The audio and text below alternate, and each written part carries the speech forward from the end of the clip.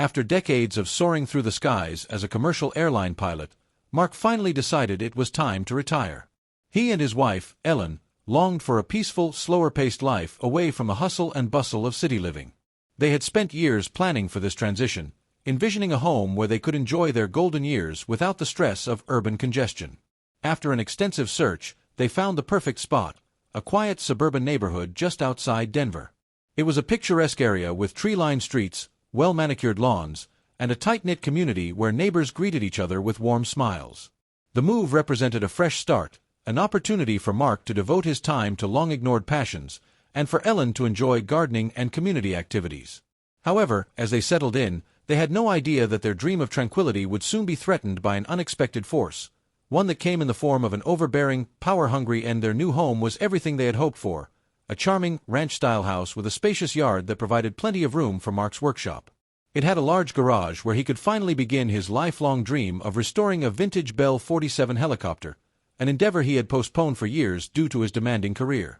The thought of working on the helicopter in the comfort of his backyard filled him with excitement. It wasn't just about the mechanical process, it was about rekindling his connection to the world of aviation, a passion that had defined much of his life. Ellen was equally thrilled with the home, delighted by its beautiful flower beds and the welcoming atmosphere of the neighborhood. They were eager to integrate into their new community, participate in local events, and enjoy their retirement. However, they would soon learn that not everyone in the neighborhood welcomed newcomers with open arms, especially when those newcomers brought something as unconventional as a vintage aircraft project into their BA. Mark wasted no time setting up his workspace, carefully assembling the necessary tools and equipment to begin restoring the Bell 47. The project was deeply personal to him. More than just a hobby, it was a testament to his lifelong love for aviation. Every bolt, wire, and rotor blade represented a piece of his history, a connection to the countless hours he had spent piloting aircraft. But not long after he began working, he noticed disapproving glances from some of his neighbors. While many were curious and even supportive of his passion, one neighbor in particular was not, Karen Lewis. She was a middle-aged woman with an air of authority, always dressed impeccably and walking with a self-assured stride. Karen was known for being strict about neighborhood aesthetics and enforcing community standards with an almost militant approach. It didn't take long for Mark to have his first unpleasant encounter. One crisp morning, as Mark was tightening a bolt on the helicopter's frame, he heard a sharp voice behind him. "Excuse me, sir, but what exactly do you think you're doing?" He turned to find Karen standing at the edge of his property, arms crossed, her expression a mix of disapproval and condescension. Mark wiped the grease from his hands and greeted her politely, explaining his restoration project. But Karen wasn't interested in small talk. "This is a suburban neighborhood, not an airfield," she snapped. "This thing doesn't belong here. It's an eyesore." Mark was taken aback by her hostility. He had assumed that neighbors would be at least mildly intrigued by his project, if not supportive. He calmly explained that the helicopter was a personal endeavor and that it wouldn't cause any disruptions. But Karen wasn't having it. "We have community standards, and I'm on the HOA board," she declared. "I'll be bringing this up at the next meeting." With that, she turned on her heel and walked away, leaving Mark with a sinking feeling in his gut. Later that evening, Mark mentioned the encounter to Ellen, who sighed and shook her head. "I heard from one of the other neighbors that she runs the HOA like a dictator," she said. Mark had never been particularly concerned about homeowners associations. He had always assumed they were meant to maintain the neighborhood's appeal and prevent major disruptions.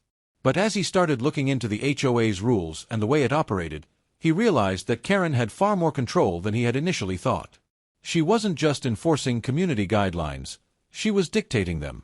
At the next HOA meeting, Mark and Ellen attended out of curiosity, wanting to see how things were run. What they witnessed left them both uneasy. Karen dominated the discussion, shutting down opposing viewpoints with a sharp tongue and an iron grip. She introduced new, stricter community regulations, including increased HOA fees and additional restrictions on home modifications, rules that seemed to disproportionately target Mark's helicopter project. It was clear that this wasn't just about neighborhood aesthetics. Karen had made it personal. Determined not to let Karen's hostility dampen his enthusiasm, Mark continued working on his helicopter. But the situation escalated when a series of construction projects, approved by the HOA, brought heavy vehicles rumbling through the neighborhood. Large trucks and machinery frequently passed through, And one day, Mark discovered that his driveway had been severely damaged by a cement truck that had used it as a turnaround point. Deep tire imprints marred the once smooth concrete, and cracks had begun forming under the stress. Frustrated, Mark decided to take matters into his own hands. He installed a simple chain barrier at the end of his driveway, preventing vehicles from using it as a makeshift road. It seemed like a reasonable solution. After all, it was his property. But it didn't take long before Karen intervened. She reported Mark to the local authorities, claiming that his barrier was a violation of HOA regulations and a hazard to the community. One afternoon, a police officer arrived at Mark's doorstep, explaining that they had received a complaint. Though the officer seemed somewhat sympathetic, he had no choice but to inform Mark that he would have to remove the barrier or face fines. Mark knew exactly who was behind the complaint. Karen wasn't just trying to enforce neighborhood rules, she was waging a personal war against him. But Mark wasn't about to back down. If Karen wanted to play dirty, he would fight back with facts, logic, and, if necessary, exposure. As Mark continued to deal with Karen's relentless interference, he began to notice something suspicious. The construction company responsible for the roadwork, whose vehicles had damaged his driveway, had been awarded multiple contracts for neighborhood maintenance, despite their questionable work quality. Conversations with other residents revealed a disturbing trend: inflated HOA fees that didn't seem to correlate with actual improvements, constant repair projects that never seemed to be completed properly, and an overwhelming sense of resignation among homeowners who felt powerless against Karen's control. Mark decided to dig deeper, and his instincts soon led him to a shocking discovery. Through public records and financial disclosures, he uncovered a troubling connection. Karen had been funneling HOA contracts to her husband's construction company. The contracts were consistently awarded to the same firm, with costs grossly inflated beyond industry standards. It was clear that Karen and her husband were engaging in a scheme of kickbacks and self-enrichment at the expense of the community. Armed with this information, Mark realized that he needed help. Recognizing that this was bigger than just his personal battle, Mark reached out to a local investigative journalist named Chris, who had a reputation for exposing corruption in small communities. Chris was immediately intrigued by the evidence Mark had gathered. The two men began working together, compiling documentation, interviewing neighbors, and cross-referencing financial records. The deeper they dug, the more damning the evidence became. Karen's influence over the HOA was not just about power, it was about profit. Over the next few weeks, Chris put together a hard-hitting exposé, outlining how Karen had manipulated the HOA to serve her own interests. The article included interviews with frustrated homeowners, financial discrepancies, and undeniable proof of Karen's unethical dealings. The final piece was ready for publication, and once it went live, there would be no turning back. Mark knew Karen wouldn't go down without a fight, but he also knew that he had the truth on his side. When Chris's article was published, it spread like wildfire. The community, once largely unaware of the extent of Karen's corruption, erupted in outrage. Social media exploded with discussions about the revelations, and local news stations picked up the story. Homeowners who had once been afraid to speak out finally found their voices, demanding answers and accountability. Karen, who had spent years ruling over the neighborhood with an iron fist, was now the subject of widespread scrutiny. Public pressure mounted, and HOA members who had previously been complicit in Karen's schemes began distancing themselves from her. Mark watched as the tide shifted, but he also knew that Karen wasn't the type to accept defeat gracefully. She had lost control over the narrative, and if her past behavior was any indication, she would retaliate. Mark braced himself for whatever was coming next. Unfortunately, he severely underestimated just how far Karen was willing to go. One night, Mark and Ellen were jolted awake by the shrill sound of their fire alarm. The acrid smell of smoke filled the air, and when Mark rushed outside, his worst fears were confirmed. His garage was engulfed in flames. The fire roared hungrily, consuming everything in its path. His helicopter, his tools, years of hard work, it was all being reduced to ashes. The fire department arrived quickly, but by the time they extinguished the flames, the damage was catastrophic. Mark stood in the smoldering remains of his workshop. One thought consumed him: this wasn't an accident. The timing was too perfect, too calculated. Karen had just suffered a major public humiliation, and now, his property had been destroyed in a suspicious fire. The realization sent a cold shiver down his spine. Karen wasn't just corrupt. She was dangerous. And now, she had taken their battle to a whole new level. In the days following the fire, Mark couldn't shake the unsettling feeling that he was being watched. At first, he dismissed it as paranoia. After all, he had just lost his garage and helicopter in a suspicious blaze, and the stress was enough to make anyone jumpy. But then, the little things started adding up. A black sedan idled at the end of his street for hours at a time. Footsteps crunched on his gravel driveway late at night, but whenever he checked, no one was there. Even Ellen began to notice strange occurrences. Mail went missing, garbage cans were knocked over in the early hours of the morning, and their security cameras mysteriously stopped working one night. Mark knew Karen was behind it. He had exposed her, humiliated her, and now she was trying to intimidate him into silence. But if she thought fear would make him back down, she had underestimated him. Instead of cowering, Mark doubled down. He installed new security cameras, ones with off-site backups that Karen couldn't tamper with. He kept a flashlight and his phone by his bedside at all times, ready to document anything suspicious. And, most importantly, he reached out to the police, filing a formal complaint about the fire and the increasing harassment. The police took his claims seriously. Given the recent scandal surrounding Karen, they agreed to investigate the arson further. But without solid proof linking her to the fire, they couldn't make an arrest. Mark knew that if he wanted justice, he would have to catch Karen red-handed. Determined to expose Karen's criminal activities once and for all, Mark decided to set a trap. He reached out to a few trusted neighbors, those who had also suffered under Karen's rule, and together they devised a plan. Mark would pretend to give up, acting as if he was beaten.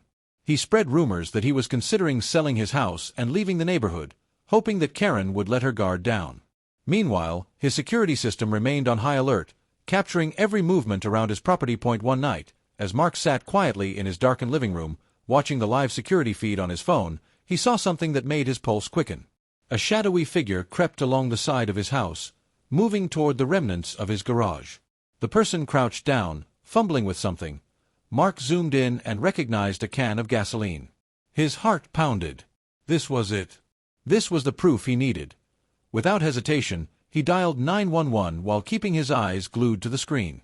Moments later, flashing red and blue lights illuminated the neighborhood as police officers swarmed in, catching the figure in the act. The suspect tried to flee, but it was too late. Officers tackled them to the ground and dragged them into the light. Mark's stomach twisted in a mix of vindication and disgust. It wasn't Karen herself, but one of her hired thugs. The man refused to talk at first, but after a long night of interrogation, he cracked. He confessed that Karen had paid him to set another fire.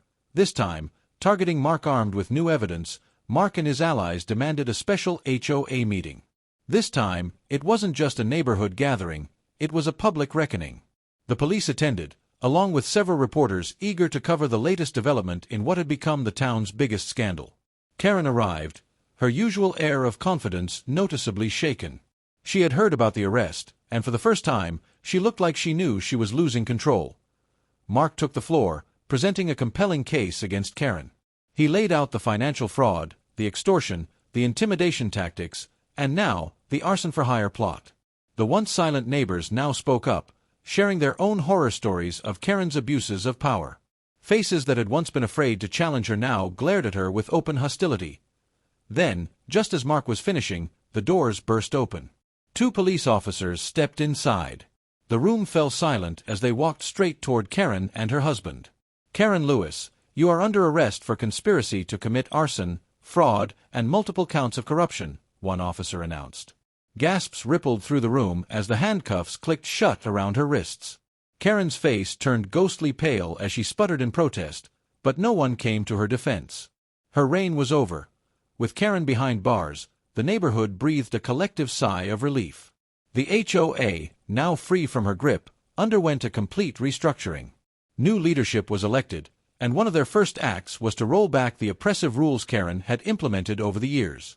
The excessive fees were lowered, and residents were given more say in community decisions. As for Mark, he had become something of a local hero.